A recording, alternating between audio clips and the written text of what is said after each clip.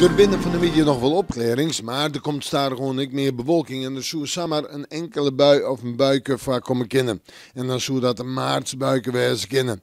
Via de temperatuur nu het om bij de 8 of de 9 graden heen en de wind komt uit het westen tot noordwesten en die is matig en vrij krachtig. Ja, en dan joen en vannacht. Nou, we zullen merken dat we staan gewoon meer en meer bewolking krijgen. En die bewolking komt uit het westen waai en de lucht berint. Vooral letterjoen en vannacht zal het heel bewolkt waar wezen. Dan kinder letter vannacht uit de bewolking wel eens een wat lichter aanvallen. En de temperaturen vannacht zullen bij de 2 of de 3 graden heen. Dan nog, de wind die draait, die krimpt steeds maar naar het zuidwesten. Die wordt matig, letter vannacht vrij krachtig in het kust- en watergebied. Morgen is een wat lichter aan en een krachtige wind. Temperatuur morgen zullen bij de 10 graden heen.